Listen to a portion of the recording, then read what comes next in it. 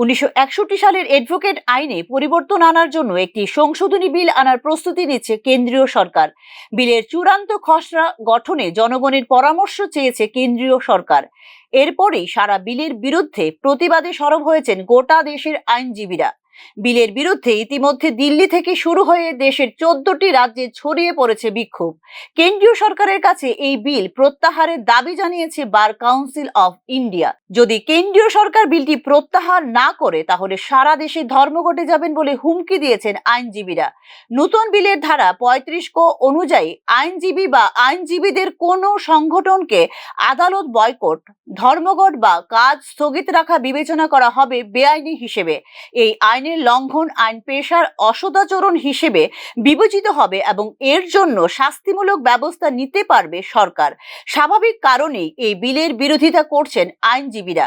যদি কেউ পেশাগত অসদাচরণের কারণে ক্ষতির সম্মুখীন হন তাহলে বিলের 45B ধারার অধীনে পেশাগত অসদাচরণের জন্য আইনজীবীর বিরুদ্ধে ব্যবস্থা নেওয়ার জন্য বিসিআই এর কাছে অভিযোগ দায়ের করা যেতে পারে। নতুন বিল আইনজীবীদের সংজ্ঞা আরো বিস্তৃত করবে। এতে আদালতে আইন অনুশীলনের পাশাপাশি কর্পোরেট আইনজীবী, অভ্যন্তরীণ পরামর্শদাতা, সংবিধিবদ্ধ সংস্থা এবং বিদেশি আইন সংস্থাগুলিতে আইনি কাজে নিযুক্ত ব্যক্তিরাও আইন অনুশীলনকারী হিসাবে বিবেচিত হবেন। বিলের এই সংশোধনটি কোনোভাবেই মানতে পারছে না প্রফেশনাল আইনজীবীরা। যারা আদালতে আইন অনুশীলন করেন কেবল তাদেরই আইনজীবী হিসেবে বিবেচনা করার প্রচলিত ধারা বজায় রাখার দাবি জানিয়েছেন আইনজীবীরা। 1961 সালের অ্যাডভোকেটস অ্যাক্টের 4 ধারা সংশোধনের প্রস্তাব রয়েছে বিলে। এর ফলে বার কাউন্সিল অফ ইন্ডিয়াতে নির্বাচিত সদস্যদের সাথে 3 জন সদস্য মনোনীত করার অধিকার পাবে কেন্দ্র। এর ফলে আইনের বিধান বাস্তবায়নে বার কাউন্সিল অফ ইন্ডিয়াকে নির্দেশনা জারি করতে পারবে কেন্দ্র।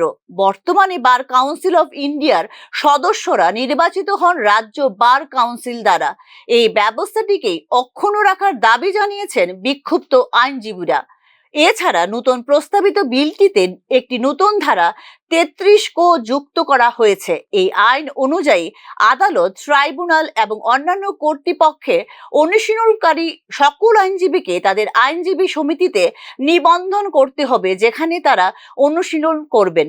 আইনজীবী যদি শহর পরিবর্তন করেন তাহলে তাকে 30 দিনের মধ্যে বার অ্যাসোসিয়েশনকে জানাতে হবে। কোনো আইনজীবী একাধিকবার সমিতির সদস্য হতে পারবেন না। একজন আইনজীবীকে সমিতিতে কেবল একবারই ভোট দেওয়ার অনুমতি দেওয়া হবে। এটিকে তাদের স্বাধীনতা এবং ভোটাধিকারের উপর কেন্দ্রের হস্তক্ষেপ হিসেবে বিবেচনা করছেন আইনজীবীরা। সার্বিক বিষয় নিয়ে ইতিমধ্যেই বার কাউন্সিল অফ ইন্ডিয়ার সঙ্গে ধীরে ধীরে আন্দোলনে যুক্ত হচ্ছে দেশের সবকটি রাজ্যের বার কাউন্সিলও। ব্যুরো রিপোর্ট, নিউজ নাও।